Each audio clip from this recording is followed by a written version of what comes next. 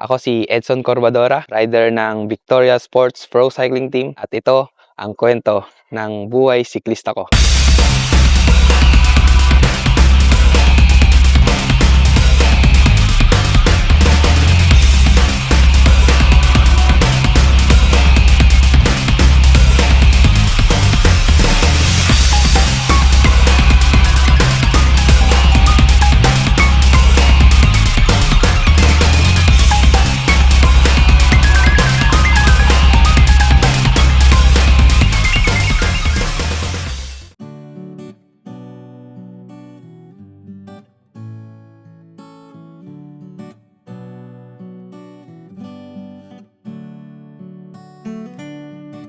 Before kasi badminton yung sports ko, high school. Meron akong kababata, childhood friend. Nag-aaral siya ng Manila. Pagbalik niya dito, meron siyang nirecommend sa amin na panoodin na cycling anime. Yun nga yung Yomoshi Pedal, if familiar po kayo doon. Nakilala niya yung cycling doon. And siya yung parang nagpakilala sa akin na, ay masarap magganto, magbike. And yun, parang doon ko nagkaroon ng route na, ay parang maganda nga magbike. Pero parang sa buhay kasi namin, parang yung cycling, parang, uy, medyo mabigat ba? Kaya kung mapapansin niyo yung may picture ako ng unang bike ko, hindi talaga siya makapaniwala na pag nakita ko yung bike ko ngayon, parang ganun. 16 ako, nagkaroon ng bike na ginawa ko. Ako nag-build.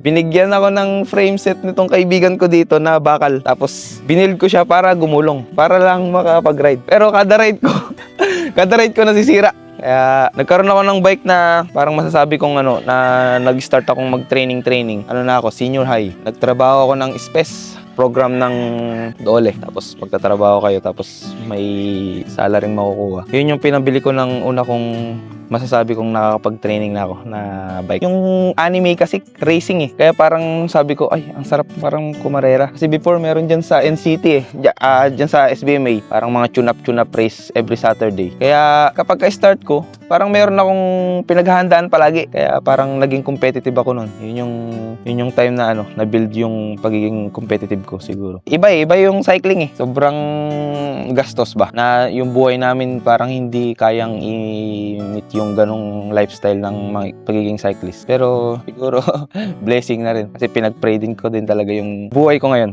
Kung ano yung nakamit ko ngayon. Mayroon akong team na tropa, which is yung Team Porma. Tapos may nakadiscover sa akin from Gimba, Nueva Ecija, yung GLC. Yun yung unang team ko na talagang tumulong sa akin para maging professional. Kasi sobrang bilis ng pangyayari talaga. From pandemic, doon ako nag-start. Pandemic, college ako noon. Nasisingit-singit pa yung pagbabike. Tapos nagkaroon ng pandemic. Tapos naging online class. Di nagkaroon ako ng time. Nasisingit ko yung pagbabike. So dumadayo-dayo ako kung saan-saan.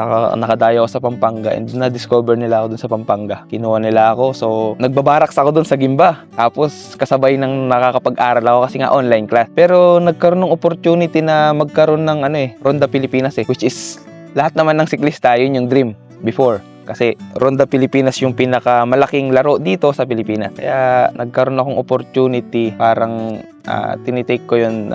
Parang naging daan yung GLC. Yung first team ko. Na mapunta ako sa professional cycling dito sa Pilipinas. GLC and Direna, nagkaroon sila nag-collab sila. Direna yung unang team na naging team ko dun sa Ronda Pilipinas. Siya yung nagpasok. Pero yung GLC kasi, sponsor siya ng Direna. Kailangan merong bata yung GLC na makapasok sa Direna. So, ako yung nakuha, napili nila. Direna yung una kong team na professional team dito sa Pilipinas. Ako po si Lourdes Corbadora. Sinabi niya sa amin na gusto niya maging siklista. Nag-aaral siya ng college noon, third year college. Sabi nung mister ko, ipanalangin natin kung anong ipagkaloob sa iyo. Sabi niya ganun. Ayun nga, lumaban siya ng Ronda. Yan kako ang ginusto mo. Pero sana kako mag-aaral siya. Well, third year college na, sayang naman. Kung saan siya masaya, suportahan namin siya. Kauna-una niyang laro, laban-laban lang sa Subic. Wala siyang bike. Pag lumalaban ni kanya ako, nasisira kanya yung aking kadena. Sabi ko, balang araw makakabili ka rin anak ko ng bike. May time naman na yung brother namin nagpunta ng ibang bansa, may bike siya. Tama-tama, nag-aaral siya ng noon na parang summer job. Sabi nung ka-brother namin, ang bili daw niya doon sa bike na yun, 40,000. Sabi niya, ibibigay ko na lang sa iyo. Kasi ika niya, kuya, ang magiging sahod ko lang dito sa summer job, parang 11. Sige ka niya, ibigay ko na lang sa ng 10. Palis na yung kabrother namin, hindi pa siya nagsasahod. Iniwanan na ngayon sa kanya yung bike. Yun, kauna-unahan. Sabi nga niya, nagkamali daw siya. Bakit niya naibinta yun? Dahil yun daw nagpalakas sa kanya. Buhari, nagkulang siya ng allowance. Meron ka baga dyan? Sabi ko, sige ka ako, madalang ka ako kita. Kahit syempre, kahit mahirap ang buhay, kailangan mo siya suportahan. Mabait siya. Maalalanin yan. Kasi nung nasa hospital ako, inoperan ako. 2 linggo siyang hindi pumasok para alagaan lang ako. Hindi ako makagalaw kasi yung opera ko dito sa mukha. Sabi ko, anak ko, magwantes ka kasi ayaw ko maggumamit ng yung diaper pag mag-CCR. Ayaw ko. Magwantes ka ako, anak ko, para pag hinugasan dahil hindi ko maigalaw yung kamay ko. Hindi kanya. Nanay kita, bakit ako magwantes? Ano pang silbi ko kung ano? Hindi ako nanditiri. Basta i-relax mo yung sarili mo. Yun, mabait na bata si Edson. Sabi ko, basta anak, lagi ka lang bago mag-bike, manalangin ka. Kasi ang panalangin yan yung gagabay sa iyo sa iyong pagbabike. Ako po si Edwin M. Corbadora po. Siyempre ako, pagka tagumpay ng anak ay tagumpay din na magulang, siyempre masaya ako. Actually, pinag-usapan namin yan nung nagpapaalam siya sa akin na mag-i-stop siya. Ang laki kasi ng opportunity niya sana kasi teacher college siya ng civil engineer. Pagkatapos sa school pa siya ng CHED. Nakita niya naman itong buhay namin, hindi naman mahirap lang kami. Kumbaga, yung pag-aaral niya, libre na talaga lahat. Kaya nung i-stop niya yun, medyo nagdalawang isip ako. Pero sabi ko nga sa kanya, kung diyan ka masaya, yun ang pipiliin natin. Pag-pray lang natin kung ano yung gusto. Kung nakita ko, may mga inuuwi siyang award, napapanood ko siya sa TV. So, napakasaya sa magulang yun, na makita yung anak ko. Pag lumalabas ako, binabati ako ng mga tao. Congrats ka niya sa anak mo. Magaling ka yung anak mo, para sa'yo. Ganun. I'm very proud. Tapos minsan dito, pagka minsan may mga pagawain dito sa bukid na inaabotan niya kami. Hindi lang yung pera kundi yung pag nakita ko siya, dala-dala yung mga trophies niya, yung mga award niya. So, I'm very proud talaga na yung anak mo kabilang na sa mga elite siklista ng Pilipinas, nag-abroad na. Yun lang, hindi kaya bayaran ng pera. Isang tagumpay yun. Tapos pag nakikita nila yung patinda na yung anak mo, nasa Europe pala yung anak mo, galing naman ng anak mo. I'm proud bilang tatay. Talagang ang laki ng improvement niya kasi ako nakita ko siya kung paano siya nagsimula. Nung makita ko siya ngayon na ibang klase, sabi nga nila, pag hinihipo ko yung bike niya, hanggang malayo ka na. Pagdating sa gusto nila, lagi lang naman ako nakasupport. Sabi niya nga sa akin, ang pinakamagandang tulong na nagawa mo sa akin, tatay, sa pagkakarera ko ay yung all the way support. Ang dalangin ko nga lang sa kanya para mas maganda, mas matibay siya pagdating yung mayroon na siyang sariling family, pagka hindi niya na kayang magbike ay bigyan niya pa rin ng pansin yung kanyang pag-aaral. Lahat ng bagay mayroon namang kanya-kanyang panahon niya at pagkakataon. Habang nasa panahon siya, sikapin niya maging mabuting siklista, maging mabuting halimbawa sa iba, at wag tumaas yung ere. Ano man yung narating mo, bahagi lang yan ng buhay mo, pero dapat pa rin marunong ka makipagkapwa-tao. Sa Team Victoria na laging pinagmamalaki sa akin ng anak ko, maraming salamat sa ibinigay niyong pagkakataon sa anak ko. Anak ko nabigyan ng pagkakataon sa abroad, sa Europe, yun ay nangyari dahil sa Team Victoria Sport. Actually, si Edson, nung ala pa siya sa Victoria, napapanood niya rito yung Team Victoria, dyan from Las Casas. Sabi niya, gusto ko maging Victoria. At nangyari naman. Salamat sa Team Victoria, especially kay Boss Paco, sa pagbibigay ng opportunity kay Edson. Hindi lang po si Edson yung nagtagumpay, pati po kami na mga magulang niya. Salamat po. Ito yung lugar namin. And ito yung mga natabi kong medalya at trophies sa pagbabike ko. Natividad, Town Fiesta. Ito, Ibaan, 3rd place. And Road Bike Open. Dito lang to, local to sa Bataan. Lord de Alaulin. Ayan, Clark. Ito, magandang laro din to. Shore of Clark. Pang-apat ata ako dito. Pang-apat. Sa GC. Mga laro sa Leyte. Ito laro to sa China. Ito, ang dami na ito. Ayun o. Ang ganda kasi ng medal kaya inuwi ko. Actually, sobrang kitid talaga nung mindset ko about sa sa cycling. Kasi ang kakaalam ko, pag nakapag-ronda ka na, yun na, tapos na. Napakalaking opportunity para sa siklista na makapag-abroad ka. Yun yung pinarana sa akin ng Victoria. And doon ko nalaman yung yung tunay na cycling. Sobrang lawak naman pala. Nung nandun ako sa Pilipinas, parang, okay na ako dito. Pero pagdating ko sa ibang bansa, ma-realize mo talaga na parang hindi ka pa nag-i-start. Beginner ka doon sa ibang bansa. Kaya yun, nung pumasok na rin ako sa Victoria, sobrang dami ko natutunan. From training, how to race, how to eat. Yan.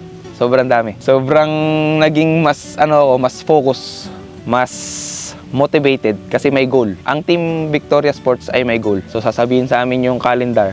So magkakaroon kaming goal. Magkakaroon kaming motivation na meron akong paghahanda ang gantong laro. So, kailangan kong mag-focus. Kailangan kong disiplina, pagkain. Yan. So, yung first abroad ko sa China, kasi sobrang hirap. Nasa high altitude kami nun sa Tibet. Pero hindi ko gaanong naramdaman yung epekto ng high altitude. Kasi nga, syempre, first time, excited. Tas ang sarap lumaro. Doon ko naramdaman yung unang tulin. Asia pa lang yun Iba pa pag Europe. Unang laro namin sa Europe na masasabi kong grabe talaga is yung sa Asturias. Yung Asturias yung pinaka-grabing experience for me. Kasi nandun na yung mga idol of the idols. Nandun yung mga tinitingalang siklista talaga. Iba yung feeling na makalaro mo pa lang yung mga idol mo. Iba, sobrang iba. So actually, dami nagsasabi na, nagbabike ka lang to, pero nakakaano ka sa ibang bansa. Masarap sa pakiramdam marinig yung ganun. Actually, wala naman akong idea kasi talaga mangyayari to sa akin That time, ginagawa ko yung bike ko at nag-ride ako kasi masaya ako sa ginagawa ko. Siguro yun yung unang dapat malaman ng mga nagsisimula. Maging masaya sila sa ginagawa nila. Kasi pag masaya ka sa ginagawa mo, ulit-ulitin mo yan. Kailangan maging consistent ka sa ginagawa mo. Ako yung gumawa ng opportunity para sa akin. Kasi hindi naman ako kinuha ng Victoria, hindi naman ako tinawagan na, uy, punta ka dito kasi may camp kami, mangunguha kami ng mga rider. Hindi. Ano ko noon, Derena. Nagpaalam sa akin yung dalawa kong rider kasi ako yung kapitan ng Derena. Magpupunta ng camp sa Victoria Sports. Syempre, sa akin, okay yun kasi magandang team ang pupuntahan. Sige, punta kayo kako. Inform ko na lang yung mga bossing. Nagkaroon akong inggit. Ba't sila may ganun? Ba't? Tapos ang ginawa ko, nangontak ako na ngayon. Nakakilala. Ang kinontak ko si Banjo. Banjo, kilala mo naman si Ka Edgar. Sabihin mo naman, sama ako sa camp nila, sa Clark. Sige, chat mo. Chinat ko na. Inaantay lang yung chat mo. Ay, di. Chinat ko agad si Edgar. Sabi naman agad ni Coach Edgar, i-kontakin mo yung boss, wag ako. Tapos binigay niya yung contact ni Boss Paco. Minessage ko agad. Kahit hindi ko siya kilala personally talaga. Boss Paco, baka pwede po ako sumama ng camp. Ang reply agad sa akin ni Boss Paco, sige, pag wala kang pamasahe, palwala mo muna, ibibigay namin dito. Parang ganun ganun yung nangyari Worth it. Oh, worth it talaga kasi nakita siguro nila boss na gusto ko Ako yung nag-insist sa kanila na baka naman may pwesto pa dyan. Sa pag walang nagbukas pinto sa'yo, daan ka sa bintana. Ay, pilit mo. Una, akala ko niluloko-loko lang ako ng sports director namin. Sabi, pagdating mo sa Pilipinas, talagang makikita mo yung level mo. Mararamdaman mong tumaas talaga yung level mo Hindi siya pagmamayabang Kasi ang tataas ng level talaga sa Europe. Sobrang tulin. Kung yung siklista talaga na yun ay may pangarap sa cycling, sobrang importante nun sa kanya na mapunta siya sa team Victoria Sports. For me, yun lang yung team na kaya kang bigyan ng oportunidad dalhin sa Europe na eto kasi yung Victoria Sports Continental team Meron pa kasing the next level, Pro Conti. Meron ulit next level na World Tour. Ang vision kasi ni Boss Paco doon sa team, talagang makikita mo From Continental team, Victoria Sports, gusto nila makapagpadala sa Pro Conti. Para in order for you to magawa yun, ay kailangan mo magpadala sa Europe. Kailangan i-adapt nila yung buhay ng Pro Conti teams at World Tour teams. Hindi mo naman magagawa dito yun sa Pilipinas. Hindi mo magagawa dito yun sa Asia lang. Yun ang kagandahan ng nasa Team Victoria Sports ka. Kung bata ka pa at nagkaroon ng opportunity, grab it. Kung wala, mag-aral ka. Kasi importante yun. Super thank you sa opportunity na binigay nyo sa akin. Siguro kung hindi ako nasa Victoria Sports ngayon, graduate na ako. kung hindi ako nasa Victoria Sports ngayon, wala akong pangarap sa cycling. May goal ako na kailangan kong sumakses. Yun. Yan sa family ko na sobrang supportive naman sa akin. Lagi nila akong tinatanong, kailan ka ba mag-aaral ulit? Di ba parang hindi naman nila ako pinipressure na tama na yung pagbabike. Kasi wala ka naman mapapala. Hindi ko narinig sa kanila yun. Lagi lang silang supportive sa akin. Lalo yung mga kapatid ko, ate, kuya ko. Yan yung mga tumutulong sa akin. Yan, sila nanay, tatay. Sobrang thankful ko dyan kasi hindi nila ako nasabihan na hindi ako makarelate doon sa mga iba na sinasabihan na wag daw magbike kasi hindi. Sobrang supportive nila sa akin. Salamat sa panonood and see you sa next episode!